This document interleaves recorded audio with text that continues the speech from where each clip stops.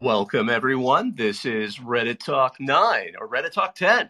I am joined here by JD. My name is Bob Akayeri, and we have a special guest today, the Duke's Mayo Bowl, specifically Mayo Yoho, who has been with the Bowl for many years.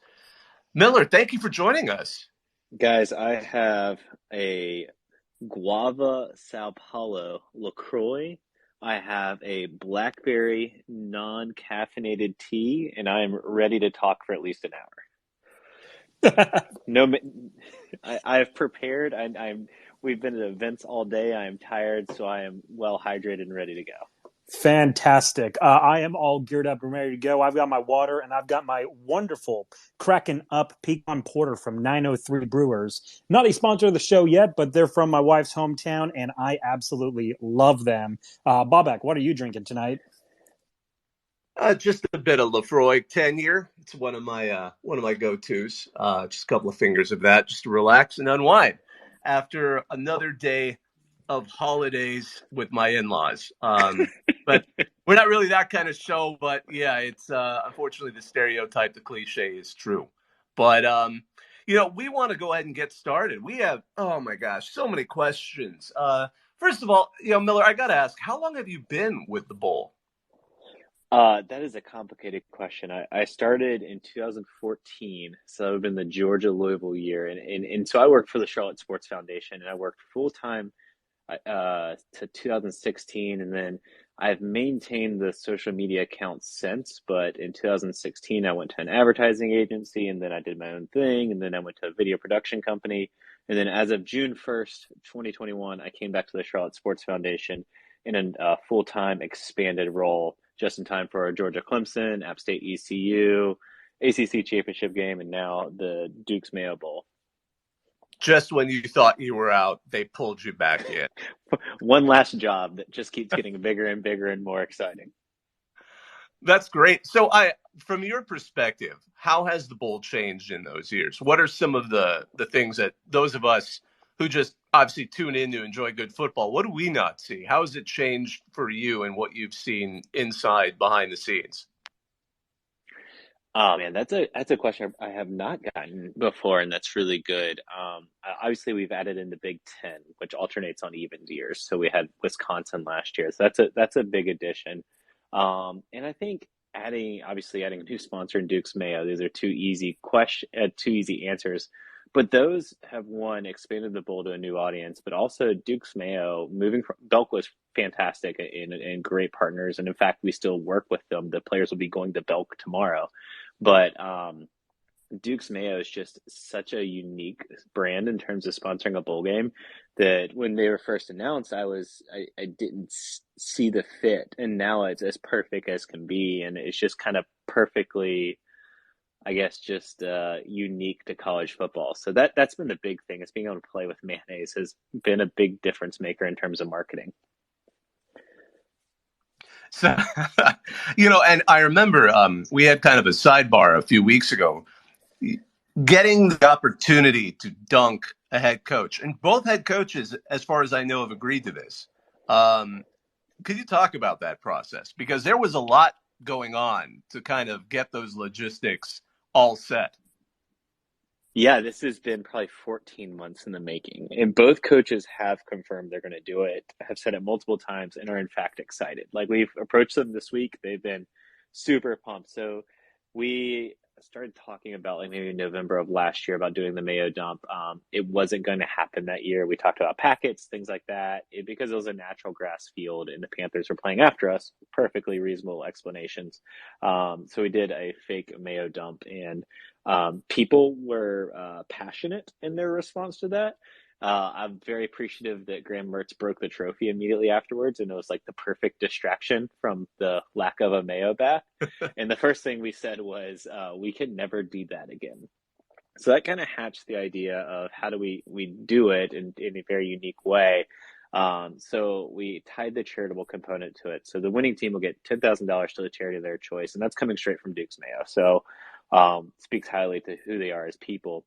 And we want it to be unique in terms of how we're doing it. So it's not going to be players picking up the jar and dumping on the coach.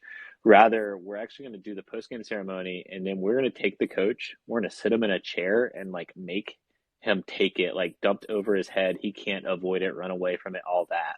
And we think that that's just look. The coach is getting mayonnaise dumped on him. There's charitable component, and we can begin to create our own tradition doing it like this. And I think it's going to be really unique. And we've been trying all the different ways, and this is the best way that protects the field. It gets the coach the messiest way, the messiest as possible, and I think it's something that can like. I want to build a throne next year. Like that's on my to-do list. Is how do we build like a giant Mayo dumping throne? I'm trying to. I mean, it So all is this some linemen from having to take one for the team and just kind of bear hug the coach as the other players kind of hit them with whatever's in the cooler. JD, you wanted to mention. Instead, I know, JD, I'll let you go, but there's one thing is I've seen like we've been testing. So we have a great partner in Bespoke, who's like a local marketing agency and do activations, and they've like been testing it, and it's their job. So we've narrowed it down. It's just a bit of water, but it has to be whipped up really good. And like of the tests I've seen, like I keep getting videos sent to my phone, like it's the perfect consistency. It's like 2/3 like pouring substance and then some chunks. So it's going to be really good. You got to love it. It's a Mayo scientists. Absolutely. And, Miller, I saw a little bit earlier today from the official Duke's Mayo account, something going down with a Mayo throne. Does this have any kind of relation with that specific dunking of a coach for after this game? No, they've been doing this promotion all year where they've been like on a twang tour. So they've been going to different places throughout the country and like introducing people to Duke's Mayo. And it actually started around the Duke's Mayo Classics, the two games we had to kick off this season, where they've been doing like promotions and things like that. And it's been like an enter to win contest. And there are people who will be able to sit in a replica Duke's Mayo jar on the sidelines. So pretty cool. I like it's a unique spin on the best seat in the house, I would say. So today we saw some clips on the official Bull Twitter account talking about the experience at the Charlotte Motor Speedway. What's happened like for the players? How long have they been doing that? We've done it all 20 years. All 19 years. Last year, obviously, we did not do it due to that stage of the pandemic. And then there's one year it rained, and we had like players out in like Honda Civics. But we essentially, like, people think Speedway, they're just like kind of going, on cars going, 60, 70 to see what the sides are. We put them in actual stock cars, and they go 160, 170 miles an hour. They go in through the windows. They go for 2 laps.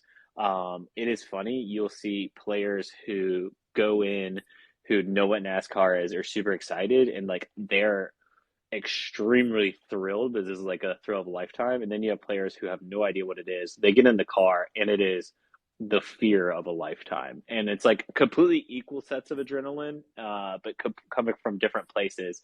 But the reaction of them getting out, like the players are like, it is remarkable to see like how much they are shaking afterwards. And my unique joy in doing this since 2014 is watching men that are over 300 pounds climb in through a side window. I do see that the Charlotte Motor Speedway is also listening on here. So I do have a question for you about how this partnership first came about. So was this something that Charlotte Motor Speedway originally reached out to you and said, hey, we want to be a part of this? Was this something that you reached out and said, hey, we want to show off Charlotte, and this is a really cool way that we can do it? How does this type of partnership begin, and how do you use those type of partnerships for other events as well? Yeah, that's a phenomenal question. So we work with like the different driving schools in the area, but I will say Charlotte Motor Speedway, who's out there today helping capture social, who's been a tremendous partner. They're actually on our board. So if you look at the Charlotte Sports Foundation, we have essentially the who's who of business executives on our board. So it's kind of a natural partnership. So we're, always looking to help support them. And then like when it comes to our events, they're out there promoting it for us. So that kind of, my boss always, Danny Morrison, talks about the synergy of all the entities of Charlotte. Like that's actually true. We work well with the Panthers, we work with the Hornets. We're constantly doing in the Speedway. We're constantly working well with other sports entities. It's not just kind of paying lip service. What would you say with other partnerships that you have? Charlotte Motor Speedway obviously being a big one, Carolina Panthers being another big one. What would you say for the Charlotte Sports Foundation? You would say other very important partnerships would be to get a bowl week to happen. Yeah, I'd say like CRVA, which is our Charlotte Regional Visitors Authority, like they help a ton with, logistics, things like that. Things like Charlotte Department of Transportation. How do we do bus movements? CMPD, which is police. How do we move buses? We can get the players from uptown to the Speedway in 15 minutes or 20 minutes because we have police escorts and even like safety and things like that. And there's also like unique partnerships with like marketing agencies and different entities throughout town who have been invested in the game for 20 years who help us put it on. And I think that's something that it is. This was a kind of the disappointing thing about last year is only having 1,500 people. This year we're only going to be like 10 or 15,000 people away from 1 million fans at the game, and that would have been just a perfect way to announce 20 years. But we next year we'll announce the 1 million fans coming to the game, and that couldn't really be possible without all the different random entities that all come together to support this game. And the sidebar to it, and kind of our main talking points as someone who's worked in P or works in PR, is this pandemic has affected so many people, and I think the hospitality industry is that could be at the top of the list of most affected when it comes to restaurant workers, hotels, things like that. And what we saw from our kickoff games is these games matter because they put people in the hotel rooms as restaurants, and that's where we see like the food and service industry and the hotel industry so supportive of our games. I noticed that tomorrow you're going to be having an event with the Second Harvest program. Could you talk about that? Yeah, that's one of my favorite nonprofits in Charlotte, just personally. Essentially, they are one of the most efficient ways to help your community. They will take essentially what we do is we take the players, and tomorrow we'll be taking a lot of staff members, where a lot of kids in Charlotte and in America are on free or reduced lunch. And there's a big gap in feeding them on the weekends, because when they go home, they don't have that. So what we do is help pack 2 to 3 thousand bags to take home with local students who can have that food to kind of bridge the gap until they get back to school. And also, I'll give a shout out to Second Harvest. I mean, for every dollar you donate to that particular food bank, that's 7 pounds of food. So it's just a really, really efficient way to give back to your community, and they're just fantastic people. Now, Miller, you've been at this for quite some time and running the Twitter account for the Bowl back when it was Belk and now that it's Duke's Mayo Bowl. One thing that always struck us was how loose you were allowed to operate compared to some of the other bowls where, you get the I hate to say corporate soulless, but it's just not interesting unless you're really, really into that bowl. It's some plain facts, but you've always seemed to have this opportunity to play fast and loose, and now we're seeing more sponsors, more bowls do that. I mean, I can't help but think of that wild Easy Post situation where they were the Hawaii Bowl sponsor and they ran with it when the bowl got canceled, and I hope yours doesn't either. But obviously, I mean, what can you talk about that? Because you were one of the first bowls we ever saw that really just seemed to be having fun with the idea of social media. Yeah, I think and kudos to other bowls who are finding their voices and realizing that just posting out tickets isn't going to sell tickets. In the end, that's what we're trying to do, or we're trying to get people to watch or be interested. But in 2014, the introduction of the college football playoff changed everything. Obviously, from top down in the sport, but we also realized like we had to build affinities because we had the SEC tie-in starting then. We had to build affinities with new fan bases. We had to get old fan bases to be excited because you weren't going to know what bowl you're going to until Selection Sunday. So why not just be a part of, like, don't try to force ticket sales or force branding on people. Instead, be a part of the conversation in this weird sport. I've spent a lot of time thinking about this sport is community based, whether it's your school, whether it's the Reddit community, whether it's whatever community you're part of, that's where it is. It's not just something where you're just like, this is my team and this is and that's your tribe. There's so many other little communities. So what we try to do is speak those languages and also recognize that those are unique and respect them. And like, we don't want to ever like just flame out places. Instead, we just want to be a part of the conversation and celebrate the fact that we cheer on 18 to 22-year-old men in tights who play a sport with a weird shaped ball. Like, in the end, we're a bowl game who wants to have fun, have people come to Charlotte, have Charlotte benefit from that, and then in the end make a memorable moment, whether it's a ridiculous touchdown or, a cooler full of mayonnaise being dumped on people. I love hearing all of that, especially that line about the actual sport that we always celebrate. I say this to my friends all the time that at the end of the day, these are a bunch of 18 to 22-year-old men just trying to push a leather ball down the field across a white line. And I love the fact that you've leaned in hard into that silliness of the sport. But I'm curious, you were one of the first early adopters of social media and taking on that silliness. What was the biggest challenge in going into that concept of we have a silly sport, we're going to lean into this? What kind of challenges did you have, and what did you do to overcome those challenges? Other than telling my boss at the time to not get Twitter. And now our current executive director does have a Twitter account, and I do not know what it is, but I just know occasionally I get like a thumbs up emoji, which is a very like scary thing to like hit send on a weird tweet and then just get a text from your boss. But I would say just getting people to buy in and understanding there was like road bumps and things like that. There's like fan bases who would get frustrated, and I'd have to explain like, hey, this is an anonymous troll account. Like they're not going to be happy. Like the fact that they're engaging with us is better than them just ignoring us because it just brings up our, engagement. And then also at the same time, we know we're making traction in this fan base. So I think there's a lot of like education. And then also what's been important is backing it with the numbers. Like I do have a little bit of an analytics background and can bring in like, this is what our performance is like. And I think comparatively, even to the bigger New York Six Bulls, we probably have higher engagement rates than them just because we understand how to speak to college football fans. I have a lot of respect for the Rose Bowl, but I don't foresee them going quite as hog wild as you have over the years. I mean, they're going to be the last one to ever do anything interesting because they are the Rose Bowl and they're just very very buttoned up. They're great people, Look, but I just looked at it. We are 17,300 followers. It looks like below them in Twitter, and the day we pass them, I will just tweet out a bunch of roses. No one else, only people on here will know what's happening, but that's a dream of mine is to pass the Rose Bowl, and then we can call ourselves the granddaddy of Twitter football or whatever.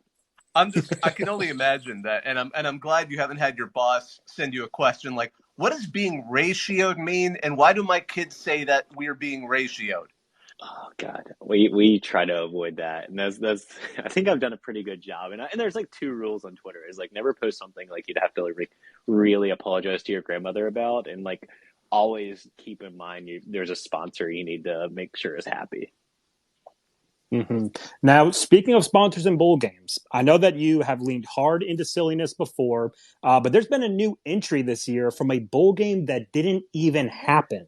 I know that you're firmly aware of the Hawaii Bowl and Easy Posts work into that. What is your perspective on a first time bowl sponsor leaning into that silliness and just going whole hog into the idea of we don't even have a bowl game, but we're going to lean into this? I mean, they handled it the best they could. I've never seen a sponsor have a personality like that. So kudos to them. Kudos to whoever's running that account. Like, and they are the darlings of college football Twitter right now, just for how they approached it.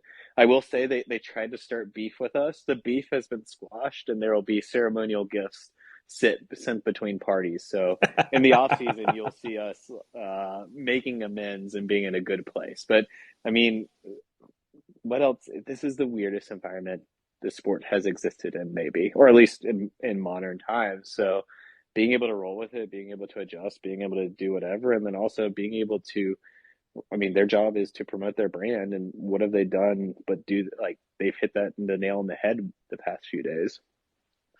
I promised we would at least go over some of the comments that came in the announcement post that we had on Reddit or CFB. They're mostly just statements, so I'll just read them off real quick because they're kind of amusing. Carolina fan, loose with the truth, I should say South Carolina fan, loose with the truth, said, "I like to dip my fries in mayo. I hope we get to dip our coach in mayo too." Um, LA, another South Carolina fan, LA243 said, "Can you ask the mayonnaise jar if South Carolina can have an auto bid to the Mayo Bowl from here on out in case we go 5-7 next year?" I mean, we have them in a lot of kickoff games. We have them back in 2023, so they'll be in Charlotte a lot.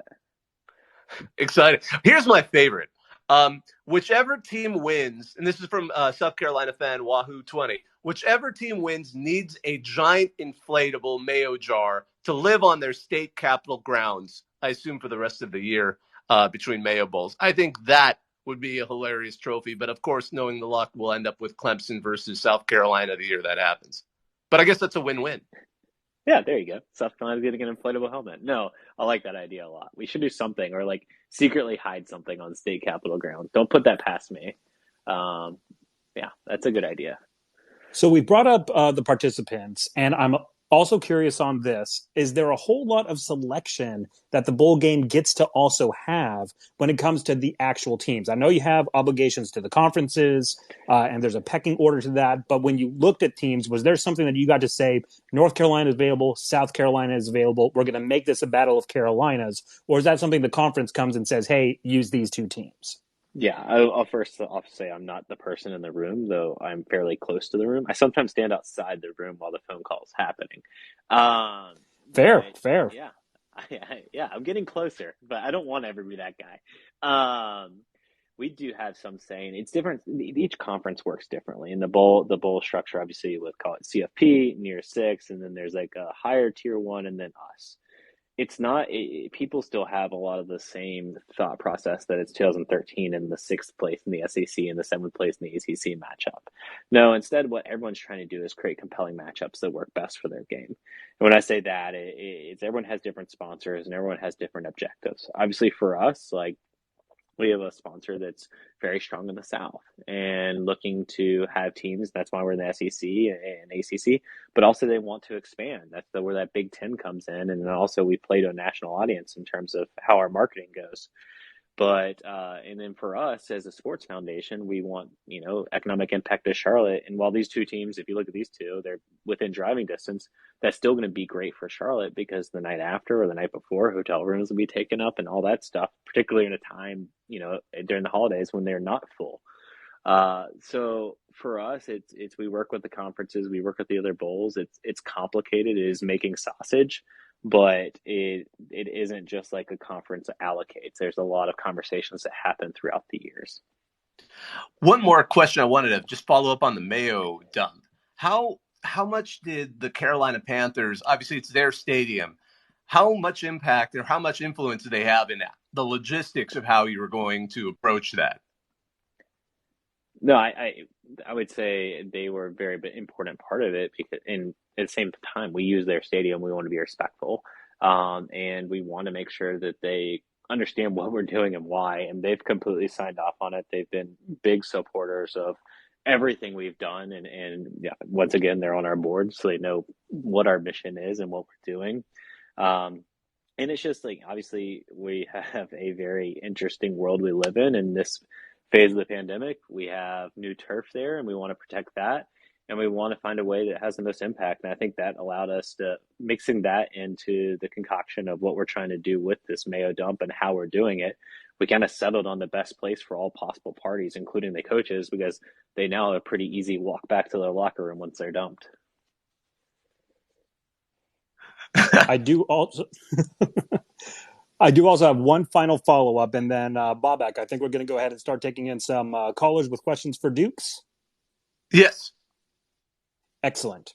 All right. So this is going to be my final question before we go ahead and start opening up those lines. Y'all, if you're listening out there, go ahead and raise your hand. Put in those requests. We'll try to get to them as we can. But Miller, again, recently I covered the Tropical Smoothie Bowl up in Frisco, Texas. They served a bunch of wonderful smoothies for us.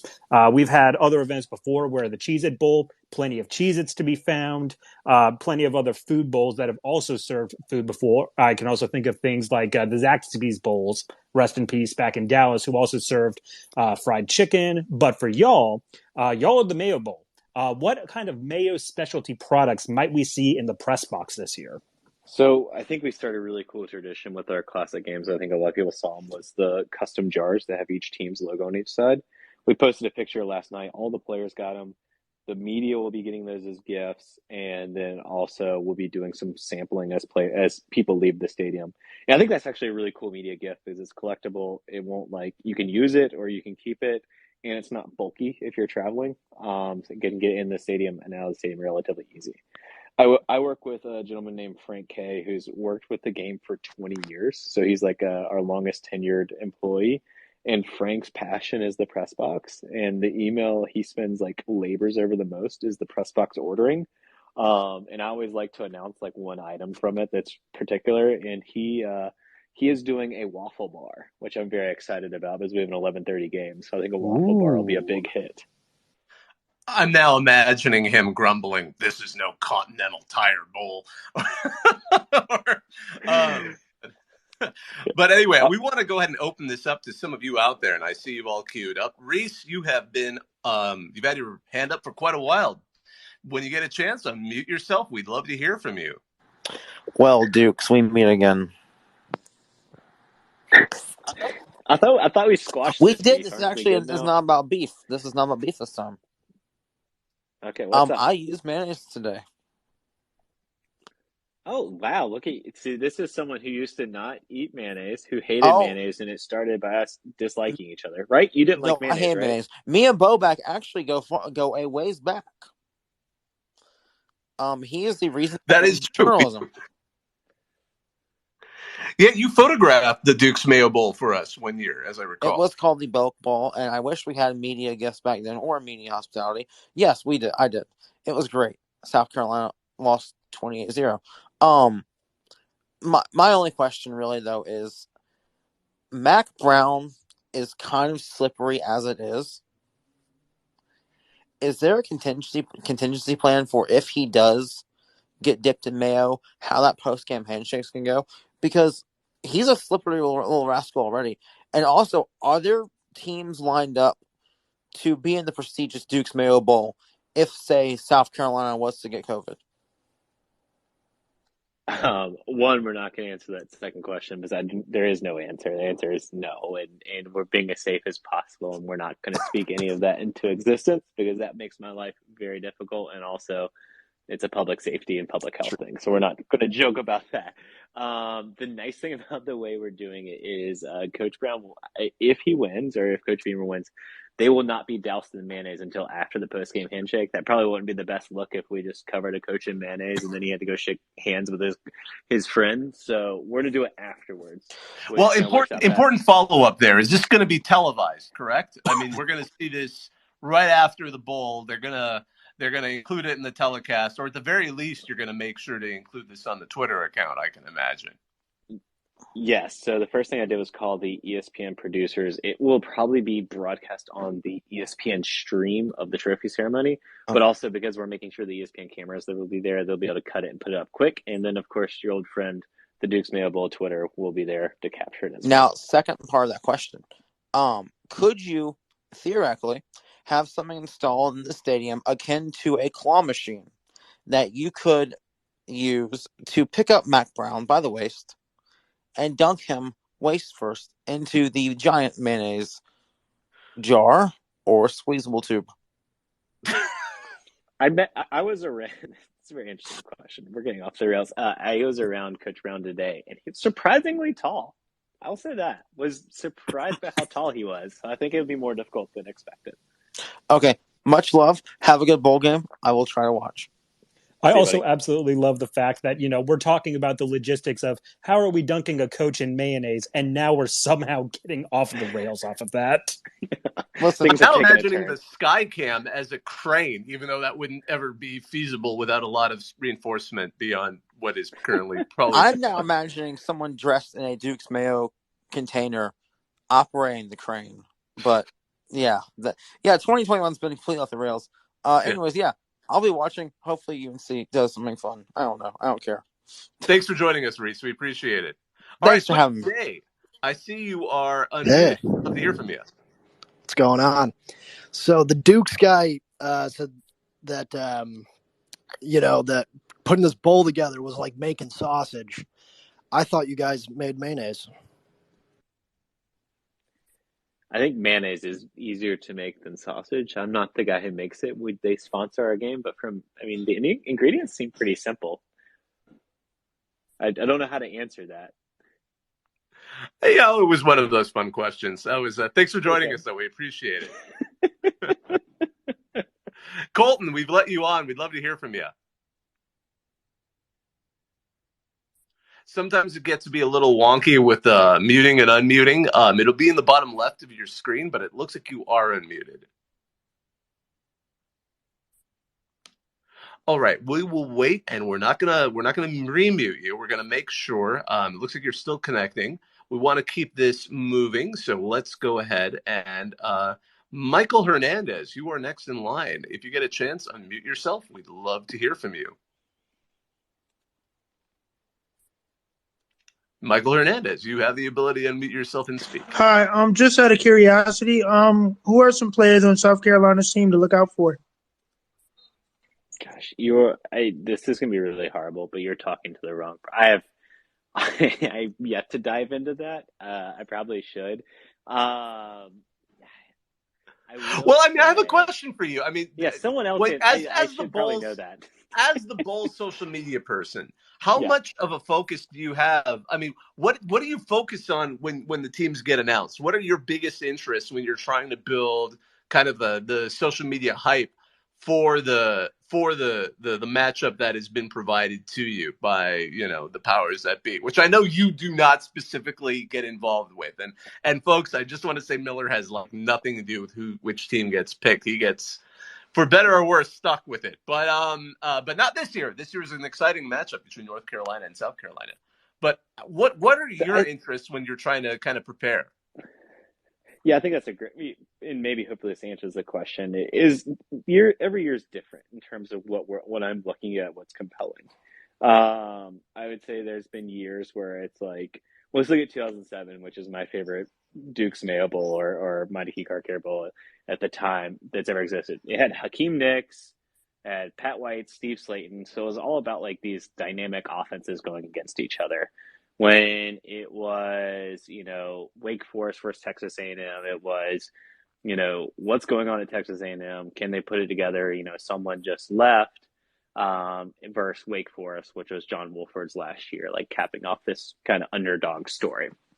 And then like when it was Kentucky versus Virginia Tech, it was, Kentucky has a quarterback and who's a wide receiver, and what is Virginia Tech?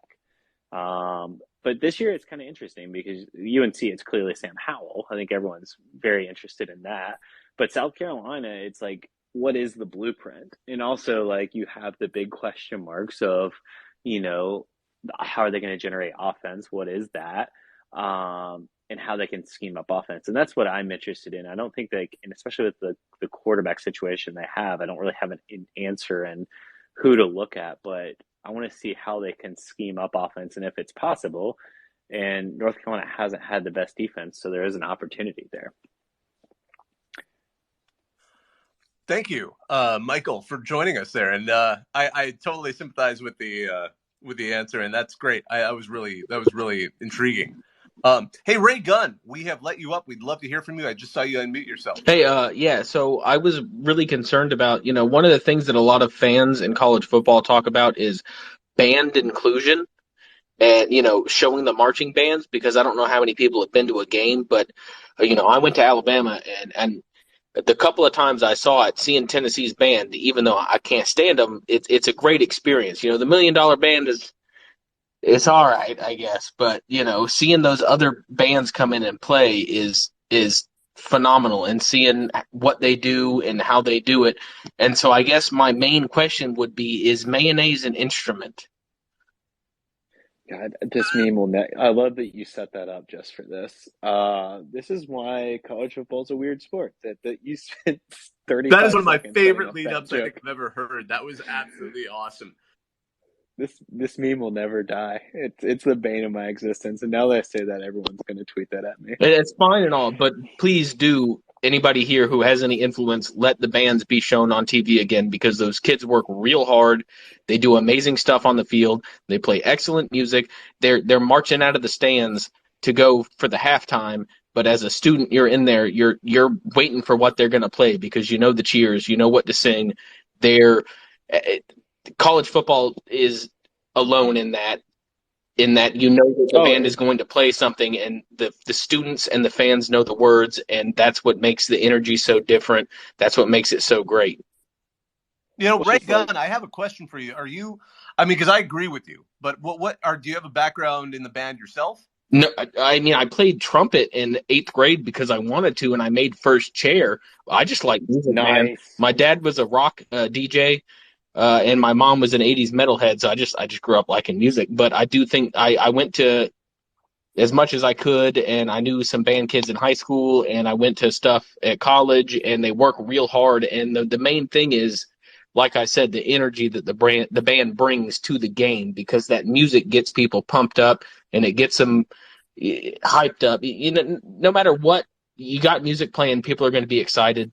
And the bands are really important. And then it's not just the spirit stuff they do with the songs, but they work all year on formations and what the program is that the band director is working on. It's real important for them. It's just like it's akin to a sport. They work on it, they practice, they got a practice field where they work on all of that, just like a football team or any other team has. They try real hard, and people are putting in hours, and I think they need more exposure. I know it used to be on the TV back in the day, but I'm 26. I didn't get to see that. But when you're at a game, you can't help but notice it and be impressed by what they can do. Yeah, and I'll hop in here. It's something. It's obviously I would say it's a do better for every bowl game is how do we incorporate the bands better. We want them to have an experience like we have them coming in the night before and things like that. And traditionally, we've always had like a fan central, which is a pretty popular event where the two bands almost they play back and forth, which is really cool. But even at halftime, so like we've had Texas A&M, which is one of the most incredible marching bands you'll ever see. I'm particularly excited that in our kickoff game we have NC A&T versus NC Central. And that's a big project of mine this offseason is to figure out how do we stream that live so that people can see that and be able to experience that who aren't in the stadium and give those bands the proper credit where it's due. And hopefully that's something we can expand to all our games. The unfortunate thing is, and the honest fact is, we don't really handle the broadcast during halftime, and we don't handle any aspects of the broadcast. So it's just one of those things is how do we figure it out that works within the broadcast rights? One thing I do hope as we kind of see this move, really it's societal. It has nothing to even do with college sports, but just societal move to more streaming options is that we see that kind of opportunity to maybe have multiple channel broadcasts of some of these bowls. I mean, we see that with the ESPN's supercasts of some of the really high profile games like the national championship. But it would be wonderful if we saw a little bit more of that, of kind of alternate channels of the same broadcast where you could get a chance to see what Ray Gunn was talking about, that kind of halftime performance of the bands. Because I know I agree, that is a big part of it. And I also sympathize with the fact that they're trying to generate interest for the future bowls. I mean, you're already watching that bowl. The broadcasters want you to see the next one. I mean, we get it. It's sports. It's a business, but it is a bit of a shame that we don't get to see quite as much of it as Ray has mentioned, and a lot of people I think agree with that. Thank you so much for joining us, Ray. We really, I really appreciate y'all having me. Get somebody else in here because they got something better than a meme. thanks again, man. We appreciate it. Hey, Alex Alien. I apologize if I'm mispronouncing that last name, but my name is Bobak Hayeri, so Hey. gosh knows I've been through. We'd love to hear from you. No, yeah, you pronounced it perfectly. I appreciate that. So I guess I am a proud Kansas football fan, as you could probably tell by my my picture. But God bless you. I guess I've got a question for the Mayo Bowl. Are you ready for the Jayhawks to come out and win your event next year? Are you guys in the Big Ten? Listen, COVID's been going for a while, right? Anyone can cancel. Let's say we get to 5 wins. Who wouldn't invite? Oh God, can you? The next one of these we do, I would like for you to call in and tell me the 5 wins you're going to have next year. Come on! Listen, I can give you 12 off the top of my head.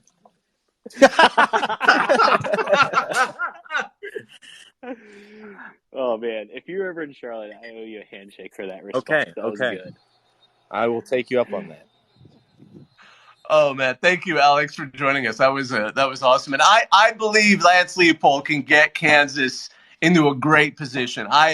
We've said it before in our previous Reddit talks, but that guy, I mean, I was impressed that he ended up in Kansas. I was excited when Buffalo hired him from Wisconsin Whitewater, because there was that whole decade where it was either Mount Union or Wisconsin Whitewater in that title game. So I think Kansas has a future, and as we know, they managed to beat Texas, in Austin in overtime in that glorious game that will be memed until the end of time at the rate it's going. And the last 3 games, and then add in like the Oklahoma game, they looked pretty good those last. I mean, TCU took a last-second field goal to beat us.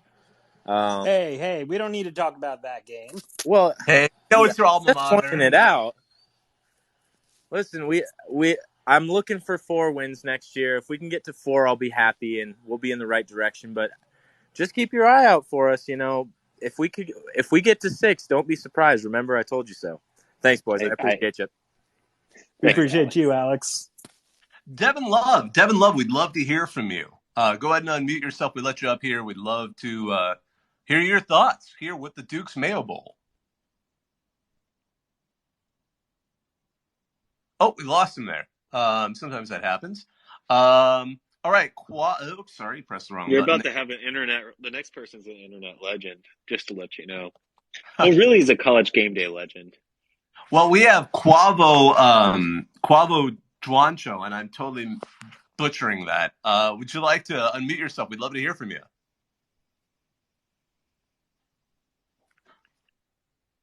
All right. Maybe we have someone who fell asleep.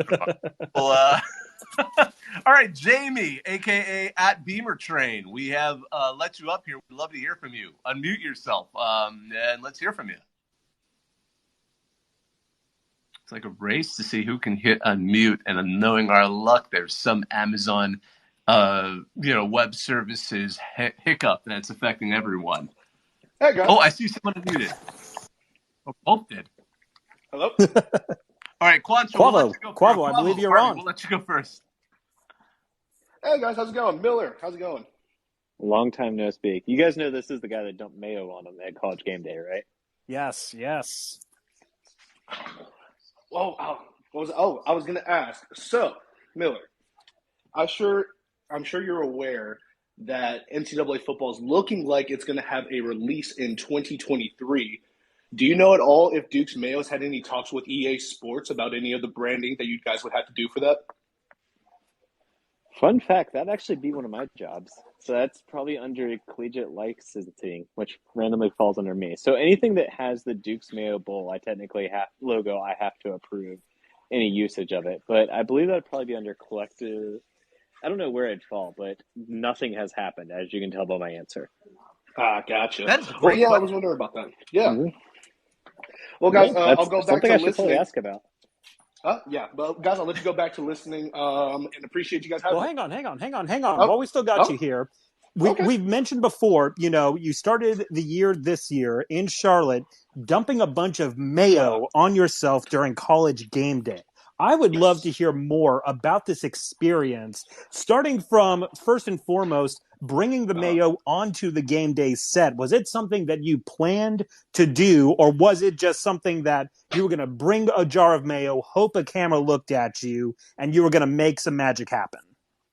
All right, so the week leading up to this moment, my buddy Eric and I were tweeting at Duke's Mayo Bowl and Duke's Mayo's Twitter accounts, letting them know that we were planning to do something, but not quite what. And eventually it got more progressing. The week went on. We bought the mayo jars. We were parked outside of where the Grove, the park is and everything. And getting to game day, we walked a mile out because we parked far away. So we walked a mile out over to the place where game day was being filmed. And I was trying to get into the pit, but the pit wouldn't allow me because I had 128 ounces of mayo on my person. And so as one does. As one does. And so I was trying to find a way to get in, and then a couple of people were nice enough to notice that I had the jar with me. And they let me right into the front, hoping to get on cameras. And right before game day started filming, I got the attention of one of the ESPN film crew people. And she looked at me, she goes, "Are you going to dump that on yourself?" And I said, "Yes, absolutely." She says, "What time do you want?" I said, "Anytime after game day starts." So thankfully, I was able to get their attention. And around 9:30, the cameras come around. and they spot me, and I say, "Is this my moment?" He goes, "Yeah, man. I mean, people do a lot of crazy stuff." And then so he puts his finger to his earpiece and goes, "Cut to camera 6," points to me, and then after that, the Mayo goes up. I love it. By the way, we just retweeted with a quote tweet that the footage of you doing that on College Game Day's Twitter account, and that is Yeah. just incredible to watch that again. I forgot how into it you were. I mean, there you lived that moment, and that's what makes that. I mean, you're gonna. I love it. That's exactly what college is all about. College football Oh, is all about, absolutely. at least. I love it. Yeah, and So I now grew up a the huge. Oh, immediate go ahead. follow-up. Yeah, Oh, no, go no, no. ahead. Go ahead. Go ahead first. Oh no, I was just gonna say that Well, I I was grew up about a to huge ask. college football. I just grew up a college football fan, so obviously You go. you You want go. You to go. you want to have a moment where you are. Yeah, you want a moment where you can have that game.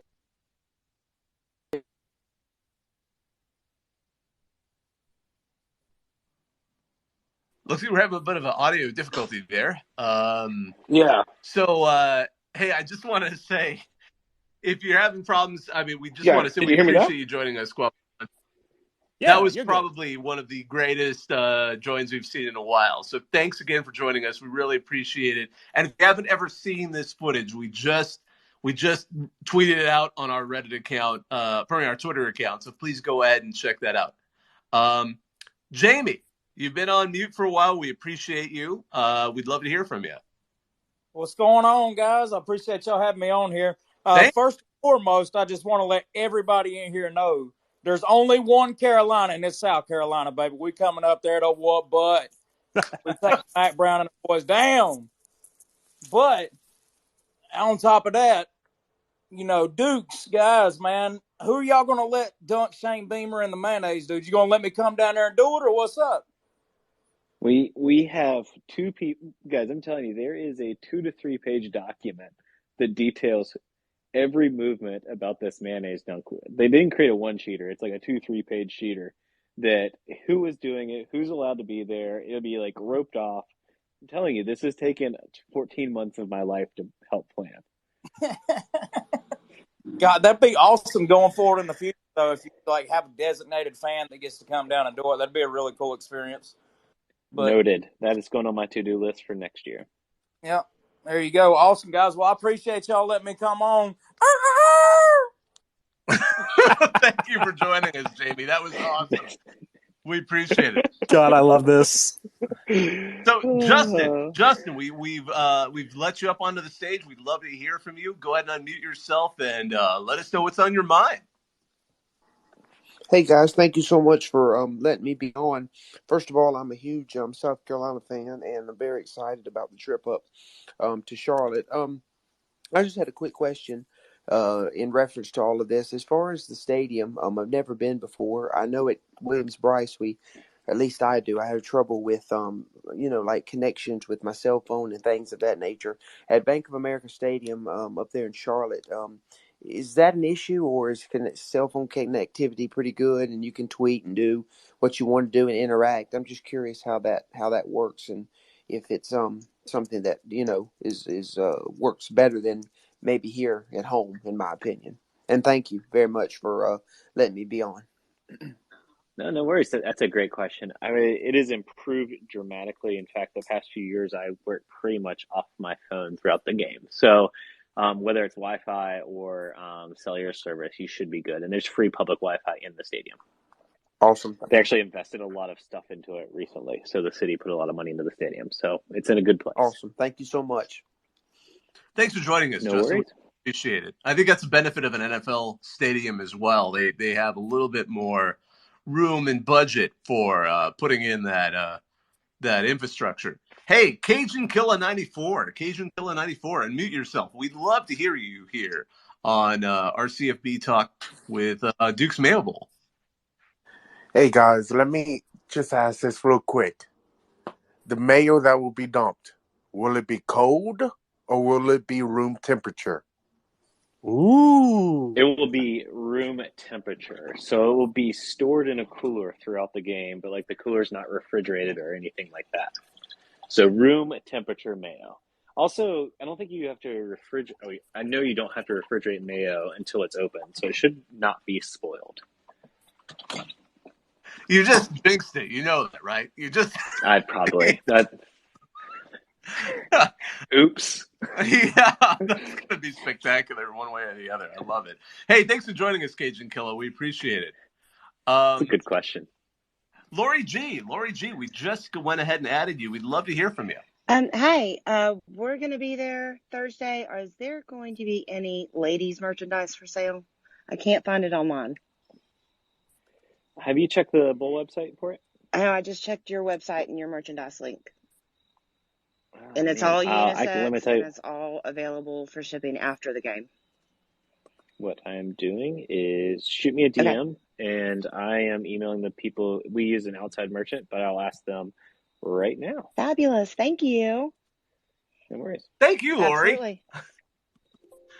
All right, well, welcome. So let's see, next one up, Tyler Sweat. Sorry, I'm having a little bit of technical difficulty. There we go. Tyler Sweat, we have just sent you a message. We'd love to have you talk.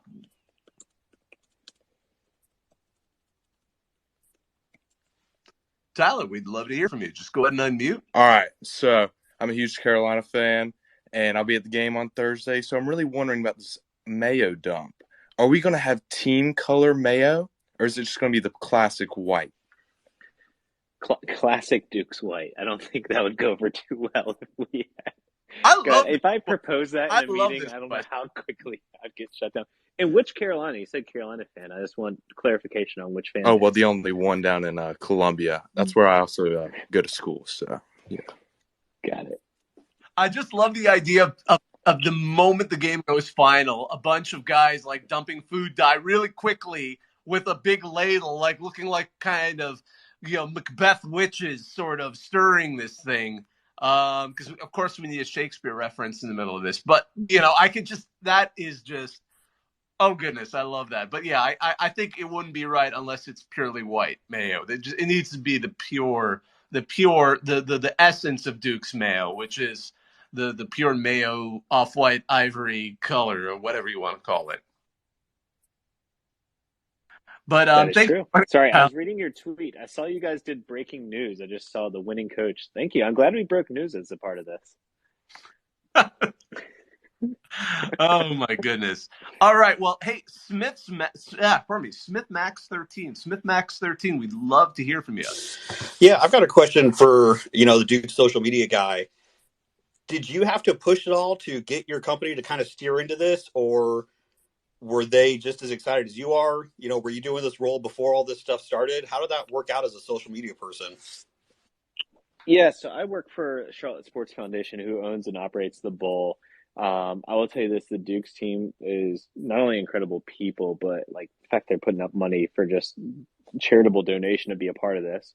But also they are all into it. So they have pushed for it. They want it. They know it's a great way to get brand recognition, and it matches who they are. Like in the end, it's mayonnaise. Like where it is fun. People love it or hate it, but it's a very comical thing. And the fact that they leaned into it and completely are on board and encouraging us to do this has been awesome. So it's been win-win, and I could not have picked a better sponsor for this game in terms of the whimsical nature of their condiment and also the people we work with. Thanks again for that question. We had a follow-up, by the way, from Quavo Wancho, who said there was a question of how he got back to his car after dumping himself with all that mayonnaise. So I know the answer to this. Yeah, so his answer was, so I didn't have anything to clean up on me, so I'm just pure mayo covered for a mile. Funny enough, I ran into my childhood hero, CJ Spiller, on the way to the car, just absolutely covered in mayo. Some people took pictures with me, and one dude said I reeked from across the street. So that was a follow-up from the social media legend, the viral video legend, Quavo Joncho, OneShip98, who we retweeted his famous moment in College Game Day where he dumped himself with Mayo to support the very essence of the Mayo Bowl. So, anyways, we want to keep going here with questions while we have at least 5 more minutes. Let's see here. We just invited you up. Tyler Stevens, go ahead and unmute yourself. We'd love to hear from you. Yes, sir. How we doing? I went to both the Clemson Georgia game and ECU App State game. I'm wondering if this game as well is going to have Mayo eating offs in the fans. I know they gave a lot of fans giant buckets of mayo. Can we see that again? I think we have new ideas. I think there will be new activations, maybe even improved, maybe better. Maybe there'll be a Mayo chant in the middle of it. I think they're planning on doing a bunch of really weird, strange things that are perfectly on brand for us. So I don't know if Mayo eating, that may come back in the future, but there are new things planned. Awesome. Thanks so much. Hey, Miller, who comes up with these ideas, by the way? I mean, is that something you're a part of, or is this sort of like a group thing, or does it come from Dukes, or where does I this think come from? there's a lot of parties. It really stems. Dukes has an agency they work with. We also have a partner agency called Bespoke who does a lot of the activations part of it. So I think this is going into that. I didn't know they were doing the Mayo eating. In fact, I sent a text message like, "Is that vanilla pudding?" and can confirm that was actually mayonnaise they were eating. Like I saw it online and like quickly went with it, but it was not something I really knew about ahead of time. Now I've made sure I know so I can plan ahead. So we had Jake Hitt on here for a half second, but he seems to have vanished. So Michael Cobbs, we'd love to hear from you. Go ahead and unmute yourself.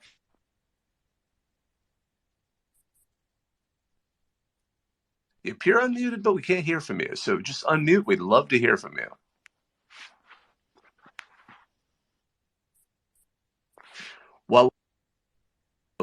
While we're waiting for that to resolve itself, and we will get to, we promise. Hey, Jake Hitt, we saw you rejoin. We'd love to bring you back up here and allow you to unmute yourself. We know there was some technical difficulty. Hit unmute. We'd love to hear from you. Or Michael, whoever can get there first. It's always a fun thing. Okay, there we go, Jake. Hey, how's it Hello, going? there we are.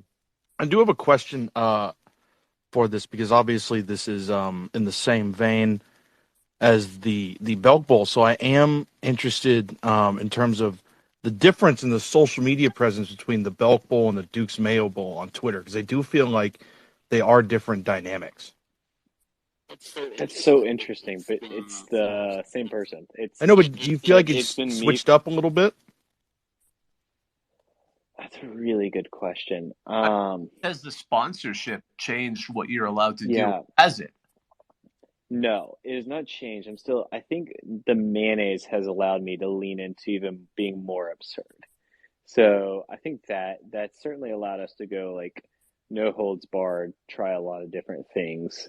And I think the interesting thing, the general tone hasn't changed because I grew up like a big thing you'll see, and I've realized like the past few years you see in the account is like it's really passionate, like it is very proud of the game, and I think that comes from the fact that like I grew up going to this, so this is like coming from my like personal like I guess part of the bowl is like I grew up going to this game, so I'm very passionate and proud of having it in Charlotte, and that comes across.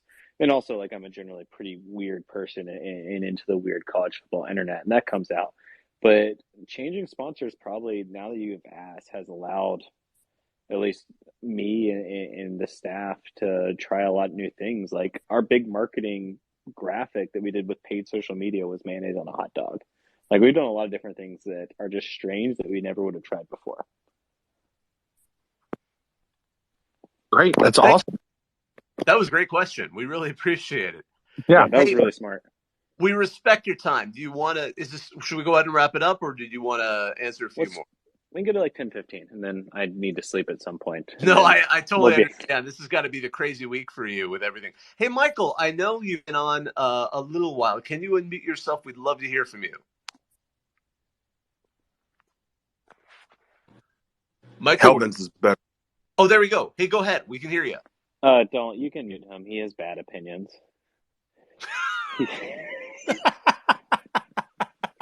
I don't know if you guys. I won't repeat what he said, but it wasn't appropriate. He can get out of here. All right.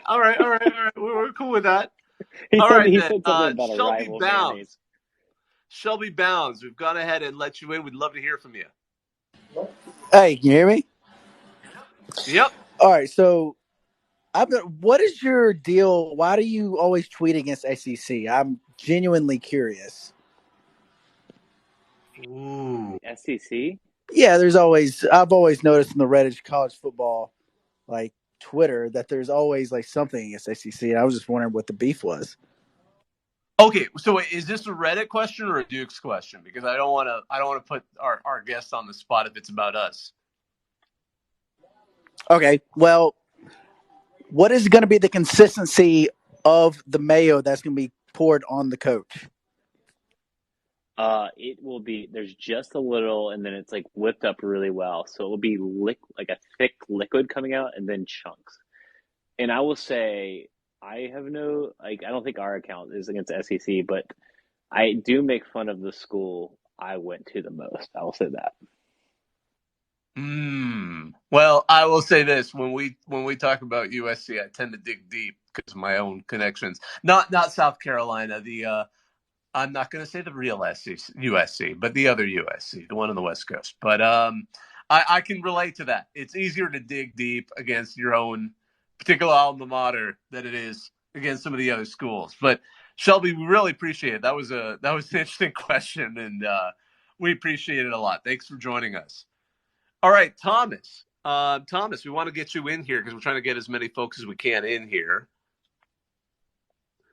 Unmute yourself. We'd love Oh, to hear from sorry. you, Tom. Just want to say, whoever said that the real USC is in California is a little disrespectful to the Gamecocks. There's one USC in North and South Carolina, and that's what matters this weekend. But anyway, Cox by 90, big Cock energy this weekend. Carolina 31, North Carolina 0. That's my prediction. Bye. I love it. And you know what? That was on me, by the way. Don't blame Dukes for that. I'm the jerk who started talking about USC. So don't blame Dukes Mayo Bowl at all for that. That is me. My name is Bob Kyrie. I am the host here at Reddit RCFB, along with my friend JD Moore, who is not a USC alumnus, so don't blame him either. But thank you for that. We appreciate it. Let's see here. Next we have.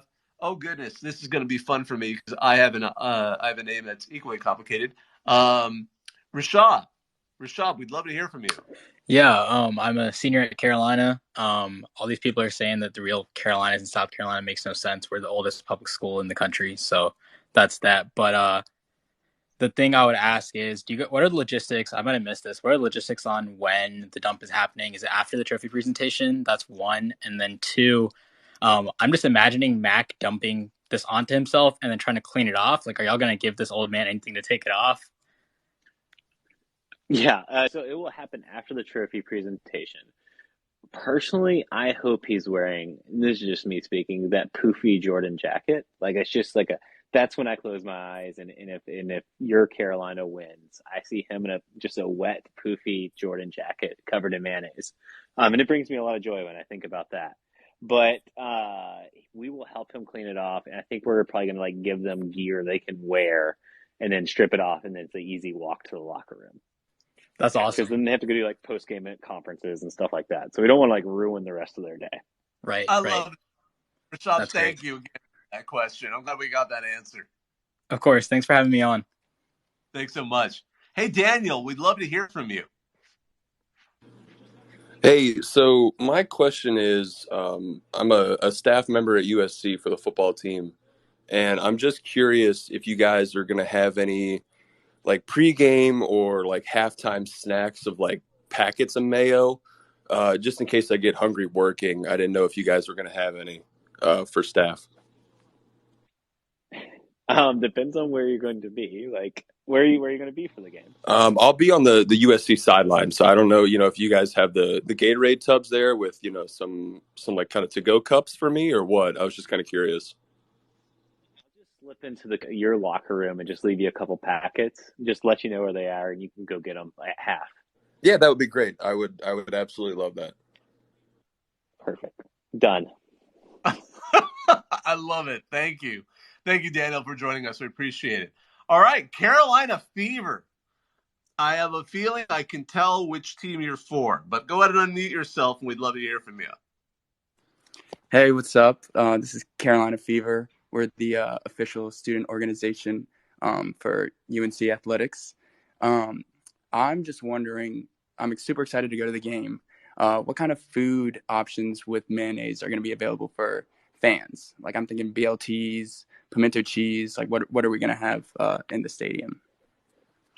First off, this isn't the Masters. We're still working out of an NFL stadium, but I would say like the Panthers games I've been to, it's pretty good food, and it's dependent on where you're at. So I would say like if you're like in club seating, there's like nachos and things like that you can go for. There's like also like Krispy Kreme donuts. There's craft beer. There's a bunch of stuff. And then like you have your traditional food. I do believe Duke's is the mayonnaise of the stadium. So it's not going to be like remember like Papa John's used to sponsor a game, the papajohns.com bowl, and then they couldn't sell Papa John's like pizza. I don't think we have one of those situations.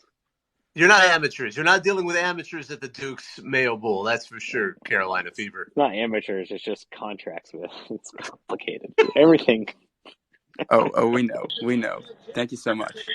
Thanks for joining us, Carolina Fever. All right, Football Derek, we want to hear from you. What's up, guys? I was just asking for tailgating. What's the best beer to pair with the mayonnaise? Got to keep the big cock energy rolling watching Carolina stomp Carolina. It's very confusing when you say that, the Carolina versus Carolina. I'm Googling it right now. There is a beer I should know. I'm typing it. If you Google Duke's I love it. Mayo Are you beer. a beer sommelier for the Mayo? I love it. No, I'm they a made a Busch Light sommelier personally, but I would love to expand if Duke's Mayo tells me I have to. A there man is of a fine taste. Champion Brewing in Charlottesville, which is close to where Duke's is headquarters. They did a beer that is meant to pair with mayonnaise. So it's called I believe it's I'm called reading it. Family Recipe. It's a Family Vienna Recipe. style lager, 5.1 ABV, 27 IBU. Yep, just Google it. It's there. You should try that. I did All my right, we'll job. grab a couple cases and get weird. Appreciate it, boys. Thank you. Perfect. Appreciate you. Hey, Quavo Wancho, you're back. We'd love to hear from you. Hey guys, how's it going? Hello again. All right, so a quick question for Miller here. So I only dumped the 1 gallon of mayo on myself when I had my moment. The winning head coach, how many gallons are going to be in those in whatever receptacle you're using to dump on them? I'm Googling Gatorade cooler to see how many Gatorade cooler gallons. You guys are listening to me answer this real time. I believe it's a 10 gallons, so I'd say it's probably going to be like 6 gallons of mayo in there. Nice. What's that metric? Sorry, just kidding. I'm totally. No. We're in the American South. We don't do that. All right, sweet. Did you guys have any other questions? It was great hearing from you again, man. Thank you for joining us. Oh, okay, we're good. You're a legend. Thank you. All right, appreciate it. Brody Williamson, we'd love to hear Hey, from how's you. it going, guys? I got a question for both of you. The first one is, what is your favorite food to put mayo on? And the second one is have you ever heard of mayo, peanut butter, and banana sandwiches? I've heard of mayo and banana sandwiches, but never the peanut butter.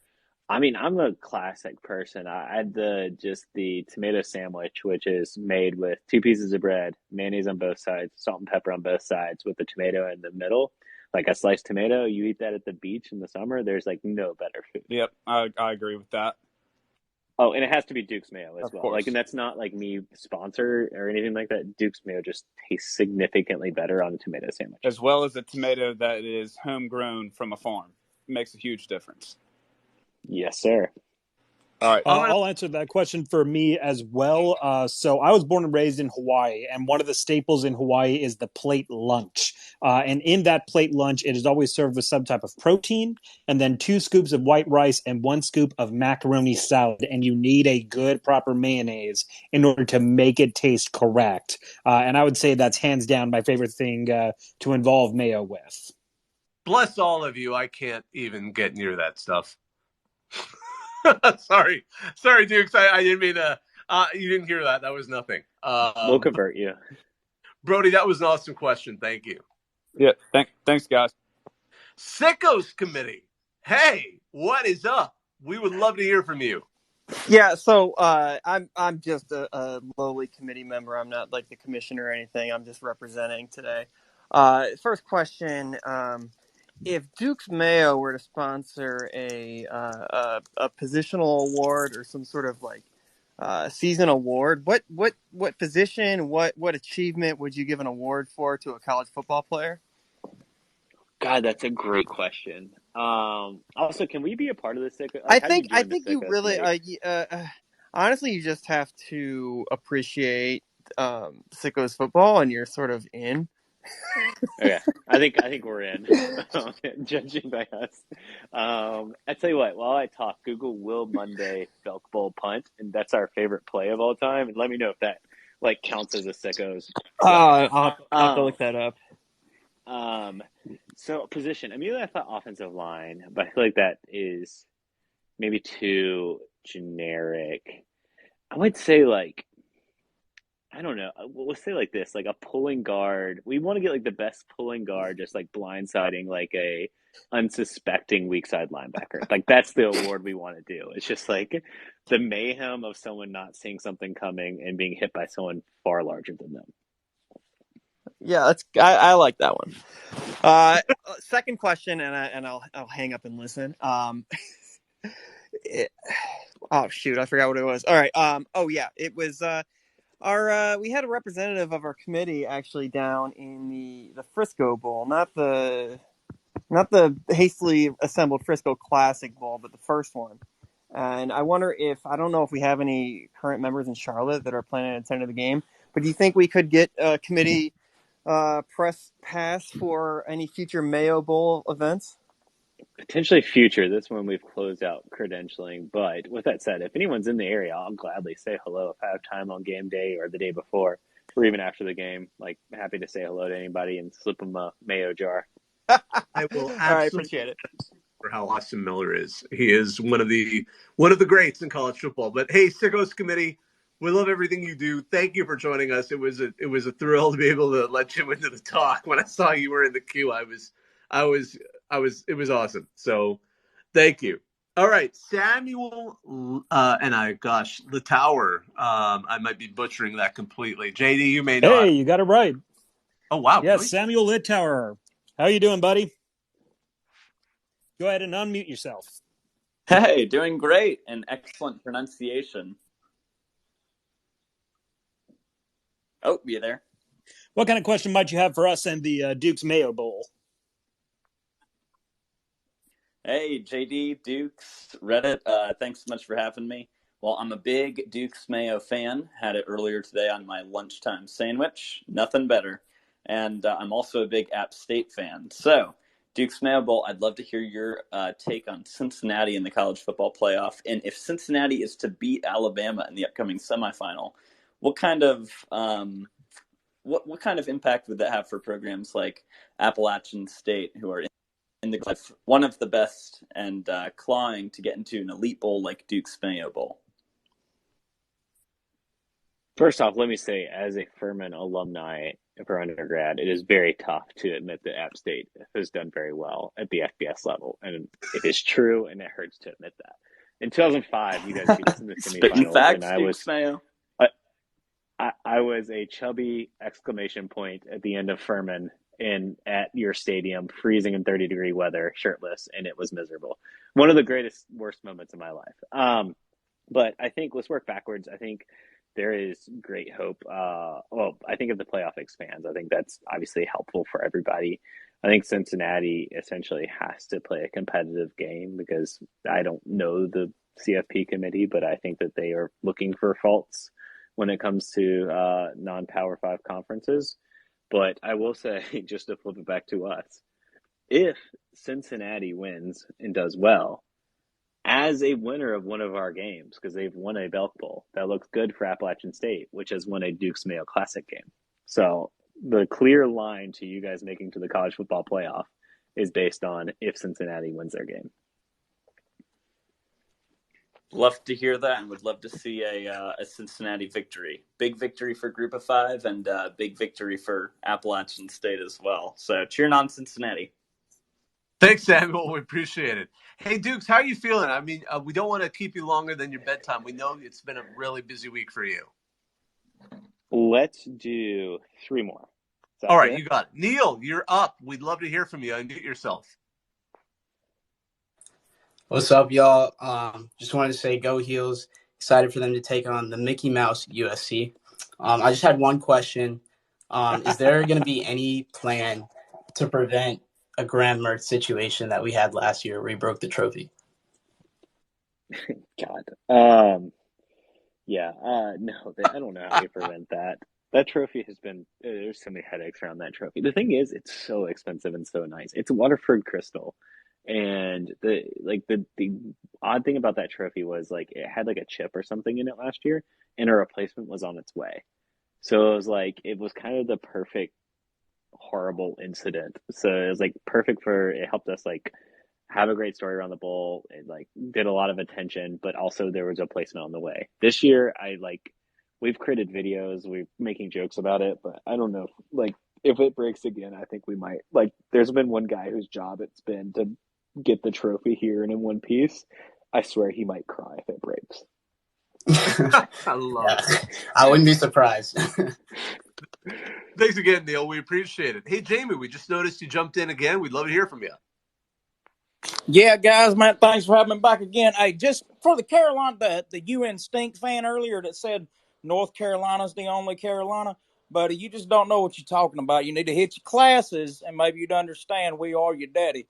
You know, we are the home of Duke's mayonnaise, too, so if you think we're not winning this game, buddy, you're wrong. All right? Also, We like to think of a pre-1714 Carolina where everyone's joined together before it's split into two colonies. You did your homework, man. You did your homework on this. I love it. Well, no, this is a fun fact. I was a South Carolina history, or I studied South Carolina history, and I was a history undergrad, which means I shouldn't be doing this job.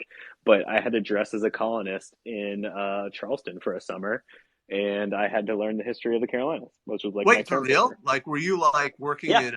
There's pictures of me like firing muskets and stuff like that. Oh, that's awesome. Actually. Not a Confederate, if someone said that. I was as part of, it was like 1619, the colony being founded. So photos of that on the official count when? Yeah, we'll do a challenge or something. The day I get mayonnaise dumped on me, well, we might do that to get me out of it or something. I don't know. I'm getting delirious. So, Duke, Jamie, we love you, man. Thank you for joining us. Bro, what's the final score prediction? Who's winning? I'm going to say the easy cop-out thing that everyone hates. I think Carolina's going to win. Ah, in 9 overtime. That damn bird. Hey, Steven, we want to hear from you. Excellent. Well, look, I just want to say I've had pretty much every Mayo on the face of the earth, and as soon as I tried Duke's, I knew that was the GOAT. And people don't realize Duke's Mayo is the prime Alabama dynasty Mayo. So, I guess my question is the goal to be a playoff sponsor? Because to me, I think that's where this is all headed. Why stop at that? I think we can exceed the playoffs. No. Okay. I think no. Super Bowl, baby. Super Bowl. This is the perfect question to end on. I don't think anyone knows what the future of college football is, especially as the playoff expands and what it means for bowls, whether the expansion means on campus, whether it means in bowls or in cities. I think there's pluses to both. I'm a college football fan. I love having games in state colleges. I also work for an organization that hosts large events in cities that are great for the city I love. So I see both sides. A lot of people ask, do we want to see us in the college football playoff? Would love it. It'd be great. It'd be great for the city. But also, I think what we've done with this bowl, and I think Duke's as a sponsor, and if you guys haven't tried Duke's, it is superior. I say that as someone who grew up on it. You should, if you like mayonnaise, if you don't, you should try it. But I think that we are positioned as a bowl to always have relevance because I think as a staff and as a sponsor and hopefully how we view ourselves as a brand, we see the sport for what it is. It's little communities like this that matter, that people who cares are up at 10:20 on a, random, I think it's a Monday night talking about a bowl game that's happening at 11:30 on a Thursday morning. That's the community of college sports, or that's the community of college football. And that's what's beautiful. And I think as long as you guys hold us accountable to staying true to that and recognizing that's the important thing, I think our game will be relevant. Sorry to get on the soapbox, but I feel like that was a good place to end. Boom. Absolutely. Hey, Miller, we really appreciate you joining us tonight. And all of you out there who are listening, all of you out there who've asked questions, I apologize we couldn't get to everybody, but, time, unfortunately, is a limit all. And Miller's got a busy week ahead of him because he's got to get ready for this game that's coming up. And I hope all of you get a chance to tune into the Mayo Bowl because it is one of those great moments, especially when we get to see the Mayo dump at the end of the game. But you won't know until you see North Carolina and South Carolina battle it out in the Duke's Mayo Bowl. Do you want to Nice. tell us anything else as we sign off here? Guys, thanks so much. Thanks for everyone's time. I think the fact that people are listening to us just talk about this fun game is awesome. Enjoy it. It's Thursday at 11:30 and ESPN. Enjoy the game. Don't go to work or watch it on your second monitor or just come to the game. It's going to be a beautiful day, hopefully. I don't even know. I haven't looked at the weather. I hope Miller, we appreciate you. are all non-college football fans. You could just tell them that this is a playoff game and they won't know any better. Perfect. Exactly. And Miller, as we're signing off here, where can people find some more Dukes content online? We obviously know the Twitter account, but where else might they find you outside of a TV broadcast? Yeah, I'd say Twitter, Instagram, if Facebook we just run ads on. And that's really it. We try to engage people there. I think we're just trying to, we're obviously on Reddit and hop in occasionally, and then that's it. I think the more places you space out and try to do stuff, you kind of lose the most powerful things you have, and that's when we're focusing on just staying on these three platforms. And then obviously watch it, websites, all that jazz. We are so glad you joined us tonight, Miller. We really appreciate it. On behalf of JD, myself, Bobak Hayeri, and all of us out here who've had a chance to join this Twitter space on our CFB Talk 10. Thank you all for joining us. We appreciate it. And enjoy the game on Thursday between North Carolina and South Carolina.